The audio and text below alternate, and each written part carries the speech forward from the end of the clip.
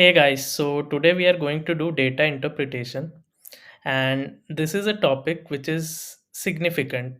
Why is it important? क्योंकि for example in 2018 a lot of questions came from only this topic. ठीक है, so we don't know UPSC what can happen the next year, maybe again that pattern is repeated. Secondly ये थोड़ा different topic है क्योंकि बाकी सारे topics में हमारे पास एक फॉर्मूला, एक तरीका, एक टेक्निक होती है, बट यहाँ पे such a thing may not exist, right? हमको इन्फॉर्मेशन समझना है and what the question is asking we have to solve accordingly. So इसीलिए डेटा इंटरप्रिटेशन के लिए उस तरह प्रिपेयर करना is slightly different.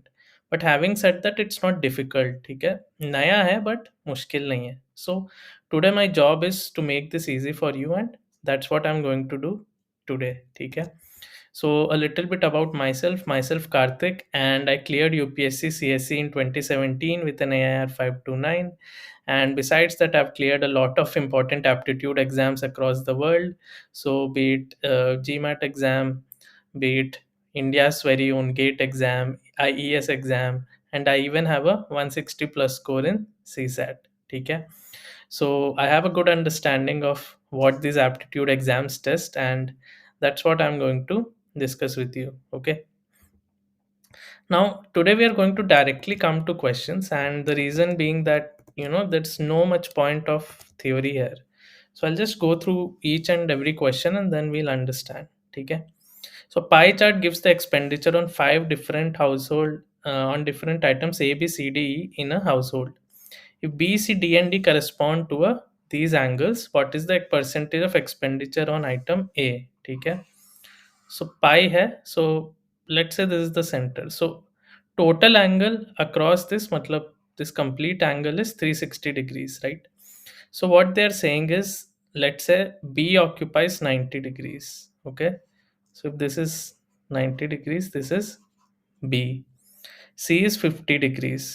So let's say this is 50 degree, this is C. Then D is 45 degrees. Okay, so D goes something like this. So let's say this is 45 degrees. And finally, E is 75 degrees. So something like this. Okay, so you can write D here, this is C, this is E. So whatever is left, this is A. Okay, so we can just find out how much is A. So if we add all these up, तो ये सब जोड़ोगे क्या मिलेगा? This plus this is 140, 140 plus 45 is 185, and 185 plus 75 is 260. ठीक है, clear है? 45 plus 75 120, और 120 plus 140 is 260. So A becomes automatically 100 degrees, क्योंकि 360 degrees minus 260 is 100. अब 100 कितना परसेंटेज है 360 का? ठीक है, so 100 divided by 360 into again 100. So this cancels, this I get 4, right? And this is 25, so 250 divided by 9.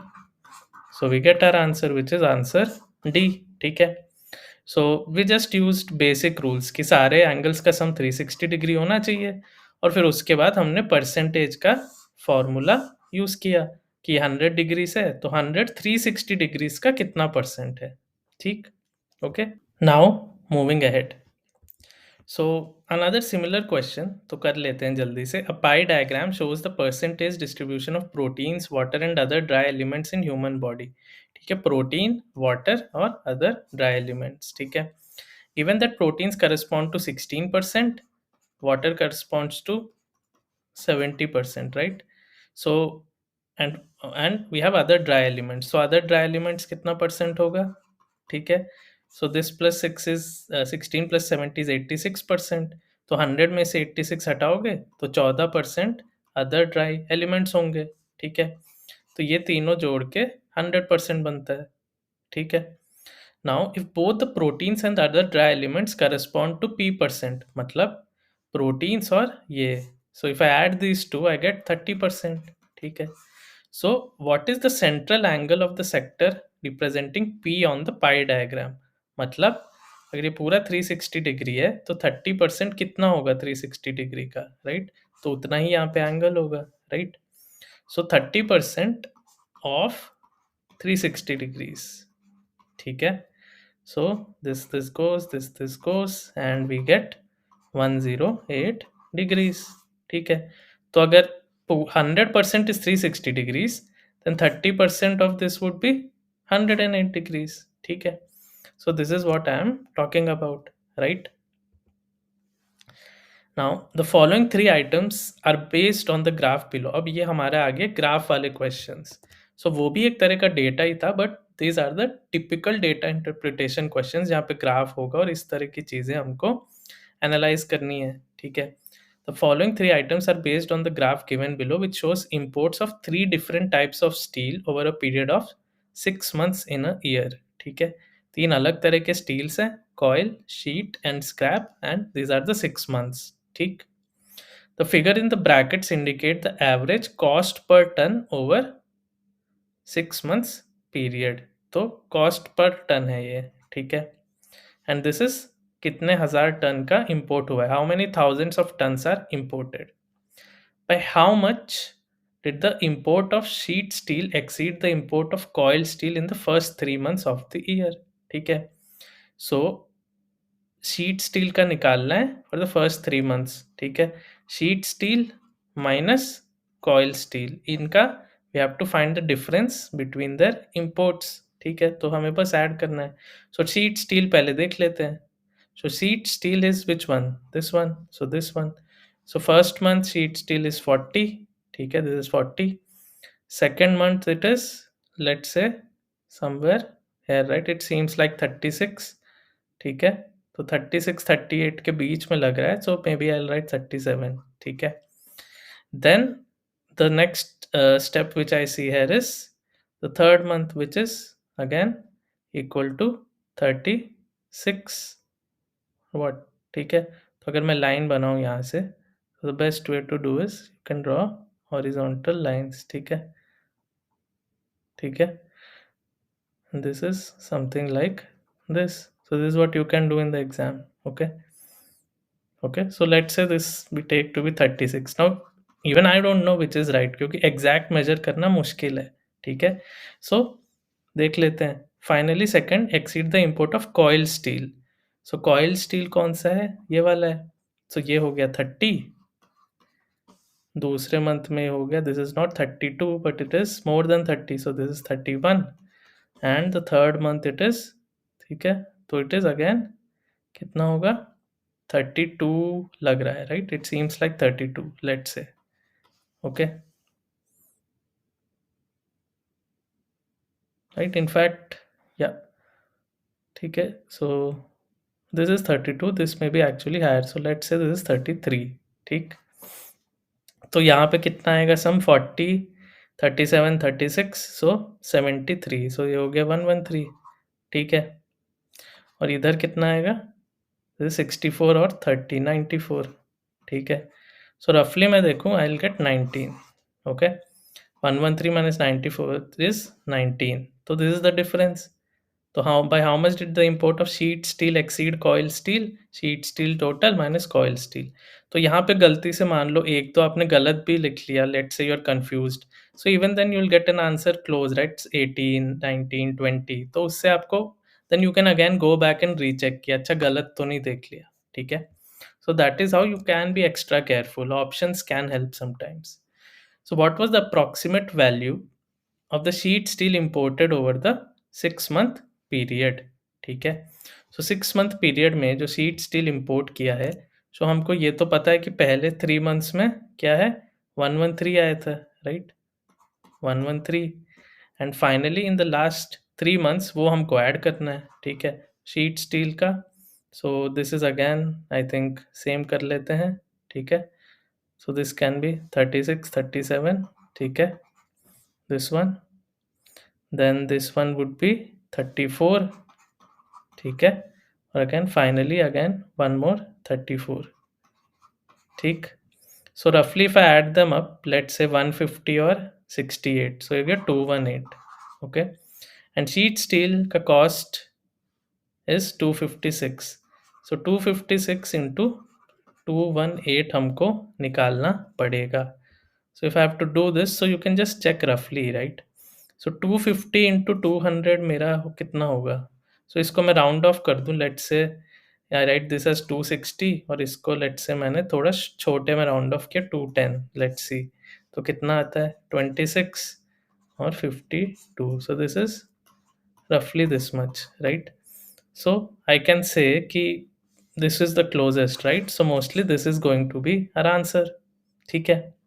So ज़रूरी नहीं है कि आप कैलकुलेट करो, you have to tell the approx value, है ना? So this is going to be our answer. ठीक है? Clear है? Now, what was the approximate ratio of sheet steel and scrap steel imports in the first 3 months? So sheet steel again हमें पता है 113 और हमको स्क्रैप स्टील का 3 months का निकालना पड़ेगा फिर से, ठीक है? So scrap steel in the first 3 months would be which one?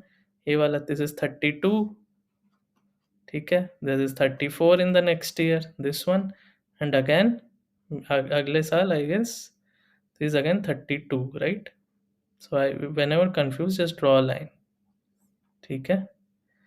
तो 32, 34, 32, तो ये हो गया how much? This plus this is 64 and this is 98. So 113 is to 98. ठीक है? So first 3 months पूछा है हमको, isn't it? ठीक है? So अगर मैं approximate निकालने जाऊँ, so अगर ये 100 होता तो 1.13 आता, right? तो क्योंकि ये 100 नहीं है, उससे थोड़ा ज़्यादा आएगा, ठीक है? So I'll go for 1.2, ठीक है? So again I've done approximate calculations, but it does not mean that that is the wrong way. You have to use approximation जहाँ पे भी आपको लगता है कि वो ज़रूरी है, ठीक है? Now let's have a look at this. So it is saying which of the following statements is not correct with respect to this graph. So y-axis पे we have percentage of work completed और x-axis पे the month corresponding, ठीक है? So on 1st June the actual progress of work was less than expected. So 1st June को क्या है? This is, तो यहाँ पे actual progress यहाँ है, expected यहाँ है, तो yes, the actual progress is less. So since this is factually correct, but the question is asking not correct, so this is wrong. Option B, the actual rate of progress of work was the greatest during the month of August.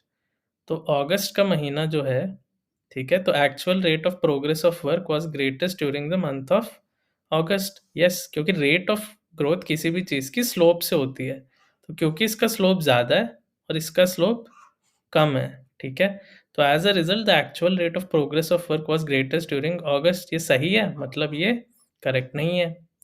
The work was actually completed before the expected time.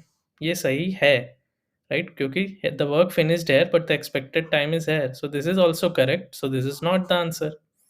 And finally, during the period from 1st April to 1st September, no time was the actual progress more than expected progress, but we know यहाँ पे progress is higher, so this is not correct, therefore this is our answer.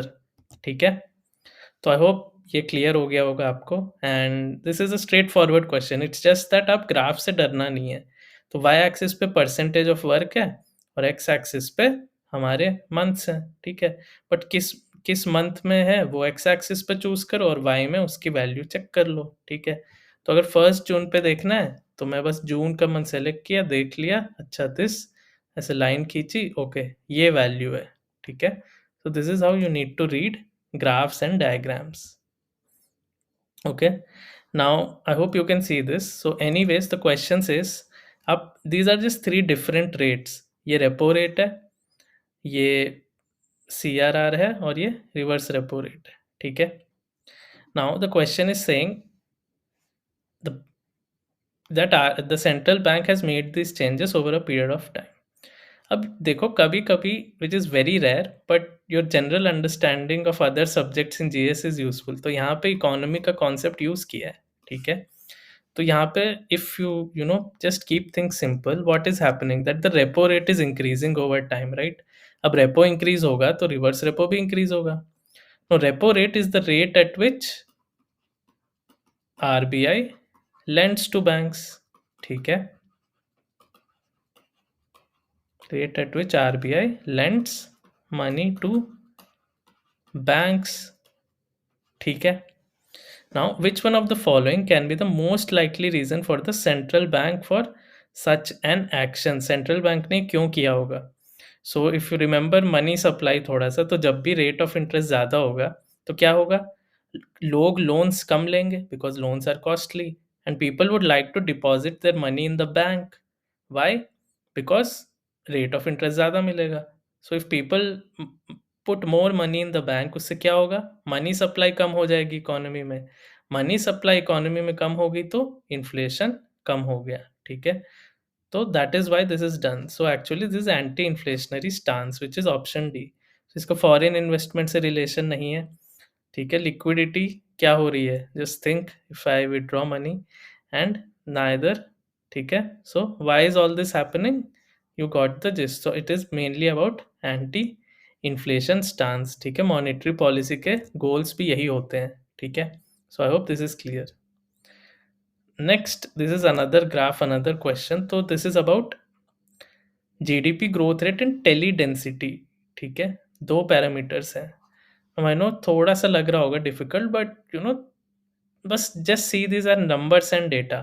ठीक है, तो यहाँ पे 4 columns है: states, per capita income, GDP growth rate और tele density.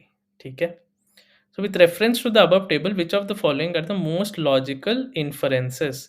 तो इस टेबल को देख के आप क्या क्या कंक्लूड कर सकते हो? Higher per capita income is generally associated with higher tele density. ठीक है, तो अगर आप देखोगे, if you just read, so this question is all about whether you are able to understand and read properly. ठीक है, सो लेट्स से सबसे ज़्यादा टेली डेंसिटी कहाँ पे है? यहाँ पे है, राइट, 100. सो यस 900 पे है, so which is fine, right, which is okay. ठीक है, similarly if I go for some other year, let's say 50 है at 250. ठीक है, now let's say another one we have, let's say 335 49. ठीक है, 700 पे 70 है, 900 पे हायर है, 720 पे भी हाई है, 890 पे भी 9, इट इज़ इवन हायर. ठीक है, so broadly speaking I think I can say that yes, higher per capita income is related with higher tele density generally, not always. ठीक है, next it says higher GDP growth rate always ensures higher per capita income. तो always is a bit too much, right? तो GDP growth rate ज़्यादा है तो क्या पर capita income हमेशा ज़्यादा है? Always. Just see, always it's not true, right, sometimes it is true. जैसे यहाँ जीडीपी ग्रोथ रेट और यहाँ कंपेयर करो, so 10.83 is higher but per capita income is lower, so this is definitely wrong. So 2 cannot be the answer. Third, higher GDP growth rate does not necessarily ensure higher tele density. Yes, ये भी आप देख लो कि higher growth rate का ज़रूरी नहीं है कि हायर टेली डेंसिटी ही होगी, right, not always, isn't it. ठीक है, तो जैसे यहाँ पे ग्रोथ रेट हाईएस्ट नहीं है, 104 है. ठीक है, सो नॉट नेसेसरीली है, मे बी जनरली हो रहा हो बट नेसेसरी नहीं है. एक दो केस आपको मिल जाएंगे where this is not happening. ठीक है, so hence this is correct. ठीक है, so 1 and 3 both are correct, so I'll go for option C. ठीक है, so I hope ये clear हो गया अब. ठीक, now on the basis of this एक और question है. The following assumptions have been made. यहाँ पे क्या क्या assumptions किए हैं?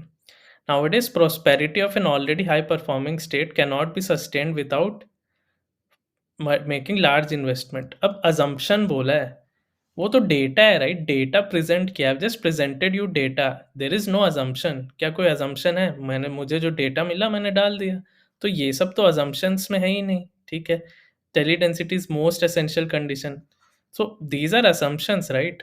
दीज, मैंने तो कुछ भी अज्यूम नहीं किया, यहाँ पे तो मैंने बस डेटा दिख दिया, whatever data is there I have just shown you. ठीक है, करेक्ट. ठीक है, तो डेटा तो फैक्ट्स हैं, अजम्पशन की कोई रोल ही नहीं है. फैक्ट्स में क्या assumptions, right. So these are actually not assumptions, these are maybe inferences. ठीक है, but not assumptions.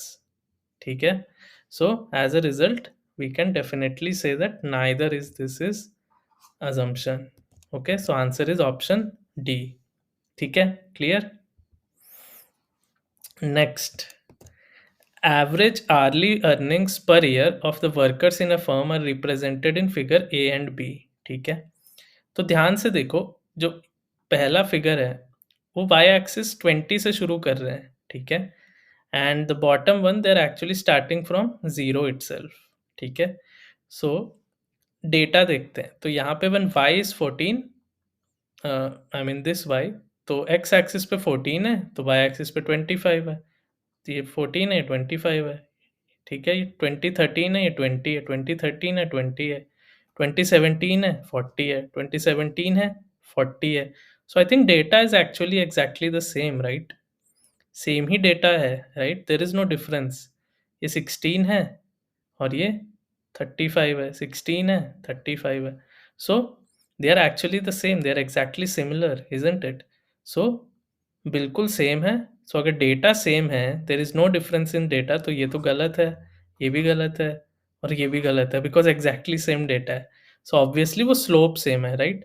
तो ये जो लाइन का स्लोप है, ये एग्जैक्टली इसके स्लोप के बराबर है, ठीक है?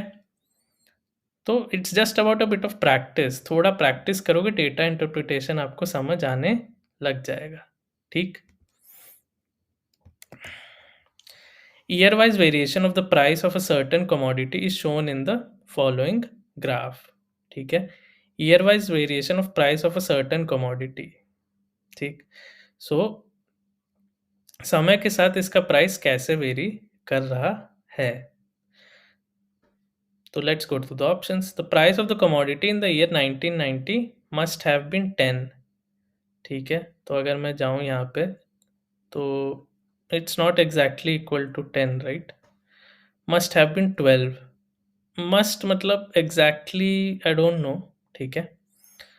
Next the question is must have been anywhere between 10 and 20, हाँ दिस इज डेफिनेटली पॉसिबल। 1990 में this is between 10 and 20, yes. Is higher than that in 1991, नहीं 1991 में भी यहाँ होगा, एंड ऑफ कोर्स 1991 हायर है 1990 से, क्योंकि ग्राफ ऊपर जा रहा है, right? So it has to be option C. So this is a straightforward question, ठीक है? सो यू कैन सी कि मे बी सारे नहीं, but you know normal questions you can answer, you just don't need to fear the graph, ठीक है? अब आते हैं इस पे। The following graph shows the average profit of two fruit sellers A and B in thousands per year.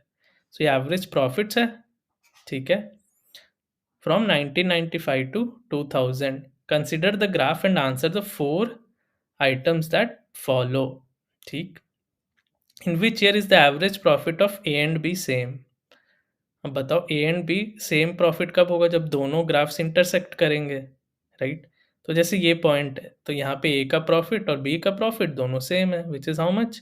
4, right? ये 4000। सो year क्या है? ये देखो ऐसे ड्रॉ करो, 1996, ठीक है? Clear? Now the question is again saying what is the difference between average profit of B and A in 1998?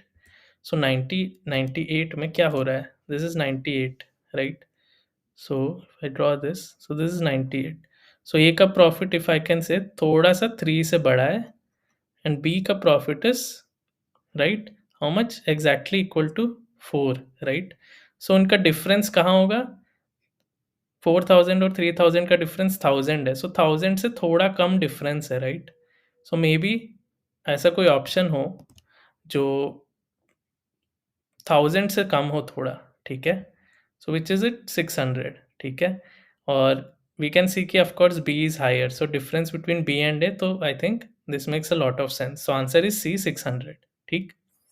How much more average profit did A make in the year 2000 than in the year 1999? तो again ए का graph ये है, तो 99 में कितना profit है? ये 2000 में कितना है? ये, ठीक है? इसकी वैल्यू कितनी है? राइट, इसकी वैल्यू है रफली, ठीक है, रफली around 4, right? So this is around 4 and this is around 6, ठीक है? तो 6 और 4 का डिफरेंस कितना हुआ? 2, सो 2000 के around, so answer is D, ठीक? So this is how you need to solve, just graph समझो and it's not as difficult, ठीक है? सो अगर आपको ये सब सही लगा, आपको पूरा सीसैट कोर्स एक ही जगह करना है जिसमें आपको पूरी मैथ्स, पूरी रीजनिंग, रीडिंग कॉम्प्रिहेंशन सब कुछ एक जगह मिलेगा, so just use this link. इसका मैंने लिंक आपको डिस्क्रिप्शन में भी शेयर किया है, and make sure you do that, क्योंकि एक ही जगह आपको सारे कॉन्सेप्ट्स मिल जाएंगे, वीडियो मिल जाएगा, study material, PDFs, everything. So make sure you make the best use of this. ठीक है. Now डेटा इंटरप्रिटेशन का हम करेंगे अब होमवर्क. सो ऑफ कोर्स हम मीन्स यू. सो ये क्वेश्चंस हैं. I have given relatively straightforward questions, so make sure कि you attempt them and do share the answers with me. ठीक है. So these are the questions I have given. आराम से दो and you can email them at this email ID which is superk@kalam.in. So ध्यान से note करो, भूलना नहीं है. So make sure you email this here and yes, so I'll be more than happy to reply back. तो अब इसके साथ होता क्या है that surprisingly what has happened now is we have almost completed the entire CSAT preparation for maths. ठीक है. क्यों मैं ये कह रहा हूँ कि ये जो टॉपिक्स हैं जो बचे हुए हैं, these have a very high investment of time and low returns. ठीक है. सो इसका हम कहेंगे return on investment is actually लो. तो जब हमको जीएस के साथ प्रिपेयर करना है, टाइम मैनेज करना है, प्रीलिम्स के लिए कम टाइम बचा है, so my personal suggestion is if you get time just practice questions, practice PYQs, ताकि आप ये जो टॉपिक्स हैं इन पे मे बी बहुत इजी क्वेश्चन आए, आप कर लो. बट अगर आप इस पे बहुत फोकस नहीं भी करोगे, it is okay because syllabus is huge. कहाँ से क्वेश्चन आएगा, कितने आएंगे, यू कांट से. और हमारा गोल क्या है कि हम 40-45 क्वेश्चंस के अराउंड सेफली कर लें, राइट. तो अगर हम यही करते रह जाएंगे, maybe our GS prelims preparation will be adversely affected. ठीक है. So with this I would say कि if you get time maybe you can solve PYQs in this. But from my side जो भी हमने अभी तक cover किया, I think that is the optimum way to study. क्योंकि हमको full marks नहीं लाने हैं. फुल मार्क्स लाने हैं तो हाँ, फिर तो सब कुछ पढ़ना है. बट अगर फुल मार्क्स नहीं लाने तो और हमको ऑप्टिमाइज़ करना है टाइम को जीएस के साथ, तो I think we can actually maths हम यहीं पे रोक सकते हैं and we can just focus on, अगर आपके पास टाइम है, रीडिंग कॉम्प्रिहेंशन आप करो, आप रीजनिंग करो, because these are the series and sequences we anyways covered in reasoning, right. So probability बहुत लेंदी टॉपिक है, उसमें क्वेश्चंस उतने नहीं आ रहे हैं. एंड ज्योमेट्री और heights and distances mensuration is again a very lengthy topic. So we exactly don't know क्या आएगा, और उसके लिए पूरा ये कवर करना, I think it may be a bit too much investment for very few questions. So with this I think हमारा CSAT maths I think ख़त्म हो गया. And it was a very nice journey ये CSAT maths करने का. And जल्दी मिलते हैं. ठीक है. नेक्स्ट लेसन आपको मिलेगा एंड इसके साथ आई थिंक मैथ्स आपका अब सॉर्टेड हो गया विथ रीजनिंग. ओके. सो अच्छे से पढ़ो, cover them properly and best of luck. ठीक है. सी यू वेरी वेरी सून.